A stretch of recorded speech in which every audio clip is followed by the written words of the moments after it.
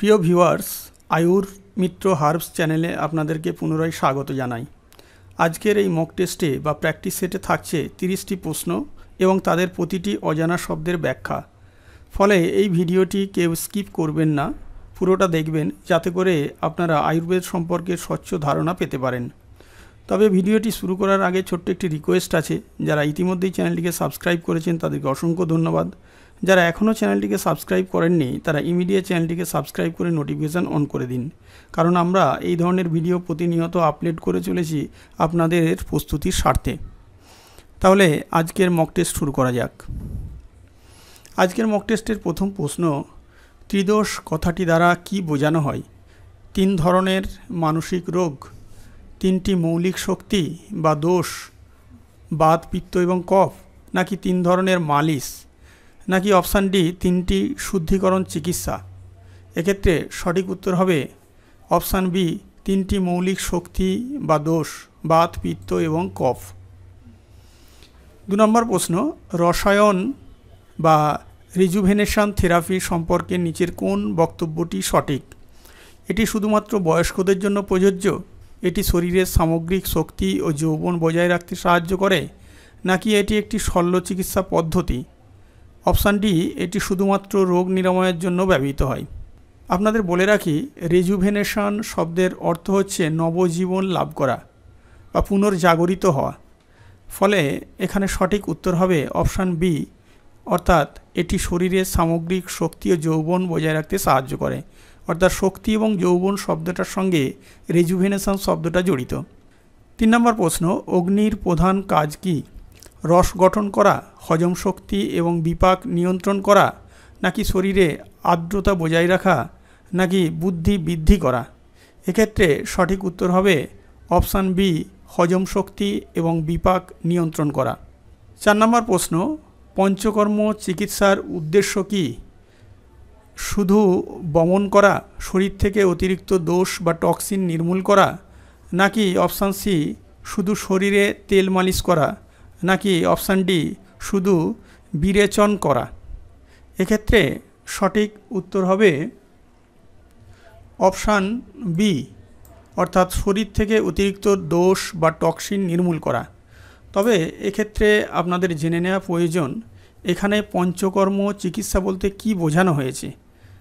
পঞ্চকর্ম হলো আয়ুর্বেদের একটি গুরুত্বপূর্ণ ও প্রাচীন চিকিৎসা পদ্ধতি, যার মাধ্যমে শরীর থেকে বর্জ্য ও বিষাক্ত পদার্থ দূর করে শরীর, মন ও আত্মার ভারসাম্য ফিরিয়ে আনা হয়। এটি মূলত ডিটক্সিফিকেশন বা দেহ পরিশোধনের একটা প্রক্রিয়া।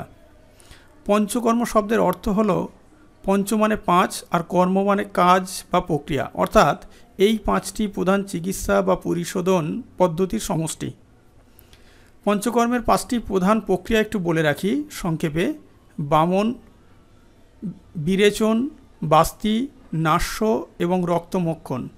এক্ষেত্রে এগুলো একটু ব্যাখ্যা করে দিই, আপনাদের অন্যান্য মক টেস্টে সুবিধা হবে। বামন বলতে এখানে বোঝানো হয়েছে বমির মাধ্যমে শরীর থেকে কফ দূর করে দেয়া। এটি বিশেষ করে যাদের শরীরে কফজনিত সমস্যা বেশি তাদের জন্য উপকারী। বিরেচক বলতে কি বোঝানো হয়েছে? আমরা অপশান ডিতে বিরেচন শব্দটা পাচ্ছি। বিরেচন শব্দর মাধ্যমে বোঝানো হয়েছে ওষুধের মাধ্যমে মলত্যাগ করিয়ে পিত্তদোষ দূর করা। এটি যকৃৎ, পাকস্থলী ও অন্ত্র পরিষ্কারের জন্য ব্যবহৃত হয়। এছাড়াও একটা পঞ্চকর্মের আরেকটি কাজ আছে বাস্তি। ওষুধযুক্ত অ্যানিমা প্রয়োগ করে বাত দোষ দূর করা হয়। এটি আয়ুর্বেদের সবথেকে গুরুত্বপূর্ণ পদ্ধতি বলে বিবেচিত, বিশেষ করে বাতজনিত সমস্যা বা জয়েন্ট পেন ইত্যাদির জন্য। এছাড়াও আছে নাস্য। নাস্য ব্যাপারটা কি না, নাক দিয়ে ওষুধ প্রয়োগ করে মাথা, নাক, গলা ও সাইনাস অঞ্চল পরিষ্কার করা হয়। এটি সাইনাস, মাইগ্রেন, মাথা ব্যথা ইত্যাদিতে ভীষণ উপকারী। আরেকটা কর্ম আছে, সেটা হচ্ছে রক্তমক্ষণ। শরীর থেকে অশুদ্ধ রক্ত বের করে দেওয়া হয়। এটি ব্লাড পিউরিফিকেশনের একটি প্রক্রিয়া, যা ফোঁড়া, চর্মরোগ, গেঁটে বাত ইত্যাদিতে সাহায্য করে। নেক্সট প্রশ্ন, ধাতু বলতে আয়ুর্বেদে কি বোঝায়? শুধু রক্ত, শরীরের সেই মৌলিক গঠনকারী উপাদান যা শরীরের কাঠামো ধরে রাখে, নাকি শুধু হাড়, নাকি শরীরের বর্জ্য পদার্থ? এক্ষেত্রে সঠিক উত্তর হবে অপশান বি, শরীরের সেই মৌলিক গঠনকারী উপাদান যা শরীরের কাঠামো ধরে রাখে। Question number 6, national commission for homeopathy গঠিত হয় কখন? 2000 সালে, 2020 সালে, 2014 সালে নাকি 2023 সালে? এক্ষেত্রে সঠিক উত্তর হবে অপশান বি, 2020 সালে। 7 নম্বর প্রশ্ন, CCRAS কিসের জন্য কাজ করে? হোমিওপ্যাথি, অ্যালোপ্যাথি, আয়ুর্বেদ নাকি ইউনানি? এক্ষেত্রে সঠিক উত্তর হবে অপশান সি, আয়ুর্বেদ। 8 নম্বর প্রশ্ন, জ্বর চিকিৎসার জন্য প্রাথমিকভাবে কোন দোষকে দায়ী করা হয়? শুধু বাত, শুধু পিত্ত, ত্রিদোষী জ্বরের কারণ হতে পারে নাকি শুধু কফ? এক্ষেত্রে সঠিক উত্তর হবে অপশান সি, ত্রিদোষী জ্বরের কারণ হতে পারে। 9 নম্বর প্রশ্ন, কোনটি বিরেচনের সঠিক সংজ্ঞা? একটু আগেই আমি বিরেচন কী জিনিস সেটা বললাম। অপশান এ নাকের মাধ্যমে ওষুধ প্রয়োগ, অপশান বি বমি করানো, নাকি অপশান সি মলদ্বারের মাধ্যমে শোধন করা, নাকি অপশান ডি জোলাপের মাধ্যমে মল বের করে দোষ নিরাময় করা? এক্ষেত্রে সঠিক উত্তর হবে অপশান ডি, অর্থাৎ জোলাপের মাধ্যমে মল বের করে দোষ নিরাময় করা। এখন প্রশ্ন হলো জোলাপ শব্দটার মানে কি বা জোলাপ কী জিনিস? না, বাংলায় জোলাপ আর ইংরাজিতে কথাটা হলো ল্যাক্সেটিভ। অর্থাৎ জোলাপ হলো একটি ওষুধ বা পদার্থ যা কোষ্ঠকাঠিন্য দূর করতে এবং মলত্যাগ সহজ করতে সহায়তা করে। এটি অন্ত্রে গতিবৃদ্ধি করে বা মলকে নরম করে বাইরে বের করা সহজ করে দেয়। পরের প্রশ্ন, রক্তধাতু এর একটি প্রধান কাজ কি? হাড় শক্তিশালী করা, জ্ঞানেন্দ্রিয়গুলিকে পুষ্টি প্রদান করা, নাকি জীবনী শক্তি বহন করা ও সমগ্র শরীরকে পুষ্টিদান করা, নাকি পেশি গঠন করা? এক্ষেত্রে অপশান সি হবে সঠিক অ্যান্সার, জীবনী শক্তি বহন করা ও সমগ্র শরীরকে পুষ্টি প্রদান করা। 11 নম্বর প্রশ্ন, CCRH কিসের সংক্ষিপ্ত রূপ? Central committee for regional health, নাকি option B common council for rural health, নাকি option C central council for research in homeopathy, নাকি option D clinical council of rare herbs? এক্ষেত্রে অপশান সি হলো সঠিক অ্যান্সার, অর্থাৎ central council for research in homeopathy. পরের প্রশ্ন, অলাবু কী ধরনের চিকিৎসায় ব্যবহৃত হয়? রক্তস্রাব বন্ধ করতে, বমন চিকিৎসায়, নাকি বিরেচন চিকিৎসায়, নাকি শিরবস্তি বা মাথায় তেল ধারণ চিকিৎসায়? এক্ষেত্রে সঠিক উত্তর হবে অপশান ডি, অর্থাৎ শিরবস্তি মাথায় তেল ধারণ চিকিৎসায়। এটা আবার কী ধরনের চিকিৎসা একটু বলে রাখি। শিরবস্তি শব্দের অর্থ হলো, শির মানে হলো মাথা, আর বস্তি শব্দের অর্থ হলো ধারণ বা ধরে রাখা। অর্থাৎ মাথার উপরে একটি নির্দিষ্ট সীমাবদ্ধ স্থানে ঔষধি তেল কিছু সময় ধরে রেখে চিকিৎসা প্রদান করাই হলো শিরবস্তি চিকিৎসা। এই শিরবস্তি হলো আয়ুর্বেদের একটি বিশেষ ও অত্যন্ত উপকারী চিকিৎসা পদ্ধতি, যা মূলত মস্তিষ্ক, স্নায়ু, মানসিক চাপ এবং মাথা ব্যথা সম্পর্কিত সমস্যার জন্য প্রয়োগ করা হয়। এতে মাথার উপর নির্দিষ্ট সময় ধরে ঔষধি তেল রাখা হয় একটি বিশেষ পদ্ধতিতে। আর অলাবু শব্দটার অর্থ হলো লাউ। 13 নম্বর প্রশ্ন, বস্তি চিকিৎসা বলতে কি বোঝানো হয়? কানের চিকিৎসা, নাকি মলদ্বার বা মূত্রনালীর মাধ্যমে হেরবাল ওষুধ প্রয়োগ, নাকি চোখের চিকিৎসা, নাকি নাক ধোয়া? এক্ষেত্রে সঠিক উত্তর হবে অপশান বি, অর্থাৎ মলদ্বার বা মূত্রনালীর মাধ্যমে হার্বাল ওষুধ প্রয়োগ। এখন প্রশ্ন হলো বস্তি চিকিৎসাটা আবার কী জিনিস? না, বস্তি শব্দের অর্থ হলো আয়ুর্বেদিক এনিমা।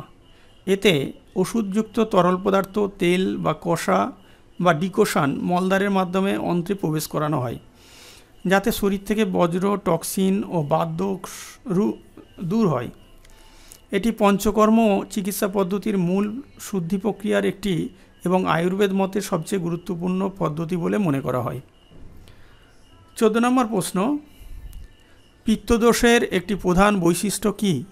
শীতল ও ভারী, গরম, তীক্ষ্ণ ও তরল, মসৃণ ও মিষ্টি, নাকি রুক্ষ ও হালকা? এক্ষেত্রে সঠিক উত্তর হবে অপশান বি, অর্থাৎ গরম, তীক্ষ্ণ ও তরল। 15 নম্বর প্রশ্ন, কায়াকল্প চিকিৎসার প্রধান লক্ষ্য কী? দ্রুত ওজন কমানো, বার্ধক্য বিলম্বিত করা এবং শরীরকে পুনরুজ্জীবিত করা, নাকি শুধু ত্বকের সৌন্দর্য বৃদ্ধি করা, নাকি শুধু চুল পড়া বন্ধ করা? এক্ষেত্রে সঠিক উত্তর হবে অপশান বি, অর্থাৎ বার্ধক্য বিলম্বিত করা এবং শরীরকে পুনরুজ্জীবিত করা। এখন প্রশ্ন হলো যে কায়াকল্প চিকিৎসা ব্যাপারটা কি? না, কায়া শব্দের অর্থ হলো দেহ, আর কল্প সমান হলো কল্পনা বা রূপান্তর বা পরিবর্তন। অর্থাৎ কায়াকল্প হলো শরীরের পুনর্গঠন বা রূপান্তরের একটি চিকিৎসা পদ্ধতি, যেটি বার্ধক্য হ্রাস, রোগ প্রতিরোধ এবং দীর্ঘায়ু অর্জনে সহায়তা করে।